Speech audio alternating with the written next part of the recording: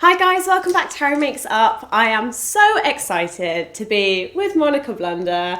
You guys know I love her. She's one of my favourite YouTubers, favourite makeup artists. I just wish you lived. We have an Atlantic. We've got a transatlantic relationship. Atlantic relationship. That's what's happening here. So we've got to try and make this happen more often, guys. But I thought today would be a really good chance to do kind of like a makeup hacks video, sort of like quick fire top tips, 2 professional makeup artists, and we'll just give you some of our favourite little tips and tricks we do. So Monika, if you would like to go first as my guest. You're so kind, because I just did one with her and I went first, so terrible. It's the English in me, don't worry. So proper.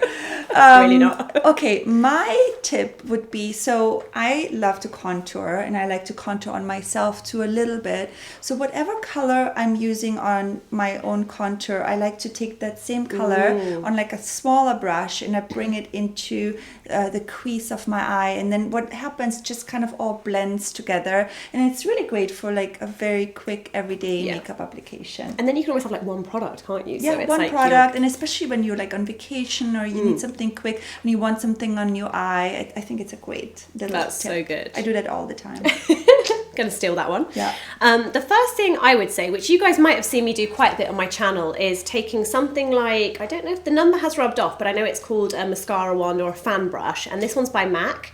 It has kind of little clear synthetic fibre tips, and this is such a good tool for kind of cheating your mascara all the way to the roots. I don't know if ever you find, Monika, sometimes when you're, good tip. even if you're curling your lashes, you can never get especially on the bottom one. And then also what happens is that the lash line then gets really nice and dark, dark, really right? dark. So you almost don't need fans like it a eyeliner or anything like that anymore on the bottom lashes. And especially if you have blonde hair, guys, or red hair, and you find you have very fair lashes, this will just ensure you get a full black lash. So over to you, Monika, again for your second tip. All right, my second tip would be when you use cream blush. I love using a cream blusher on my cheeks, and sometimes, you know, when I'm in a hurry and I don't really want to think about what lipstick color I want to use, so I just use the same color what I use on my cheeks, I use on my lips, and it just gives you a very nice monochromatic look, and it's quick and easy, and it looks really great. That's so good. I love the Stila convertible lip colour. They're Stila, really good. Stila or Bobbi do great. the Pot Rouge as well, don't they? They're and really Kevyn good. Aucoin makes a really good one. Oh, there's so many good ones now. Chantecaille, I have a few of my favorites. But maybe I'll give you my favorites and you could list them in the there we go. I'll put them in. box. Yeah, anything we mention, guys, I'll put in the description box product-wise anyway. Yeah. The second tip I would say is quite a good one if you're new to tweezing your eyebrows, or you're looking to kind of add a little bit more shape to your brow, or you're changing something up a little bit from how you normally do it, is taking a white eye pencil, so like a kohl, something quite creamy. It doesn't have to be pricey, it could be a drugstore one, and you can use it just to trace a kind of a line underneath or above where you're going to take the hair off. So you can just trace any hairs that you want to remove. You can look in the mirror first, kind of get an idea of the shape that you're going to create, and then if you're happy, just remove the hairs where the white is. So that's a good way just to get a bit of a neater edge on your brow, and obviously then you just remove the white afterwards and check you're happy with your shape. Such a good tip. I didn't know about that. I'm gonna steal that one. Shh, don't tell anybody. So what's your last tip, Monika? My last tip is instead of using foundation, this is what I do a lot because I'm a lazy bum in the morning and I have 2 children and I have to make breakfast and I have to get them to school. But sometimes I want to look a little bit cuter than normal. So what I do, instead of like applying foundation, I like using my concealer, like a creamy concealer, something like the Cle De Peau, which I like, but it's a bit pricey. Shiseido makes a really nice similar version, or Hourglass has a really good creamy one. They come in as little sticks, and I just like literally go underneath my eyes and I go around my nose and my chin area where I personally feel like I need the most coverage, and I get a bit red, and then I take a buffing brush, something like It Cosmetics, which I'm going to give you today before you're leaving. So excited. I brought the concealer brush and I love the concealer brush. I love the It one because it's very affordable, it's very reasonable, and it's synthetic. And sometimes what I even do is I spray the brush a little bit with like a MAC Fix Plus, and then you buff it in. outwards basically. So wherever the most product is, and then you buff it outwards, and it's so great for like a quick and easy application, and it really gives you that like no makeup look, and you're cheating and you're like, oh, I'm looking good, but you're not really wearing anything.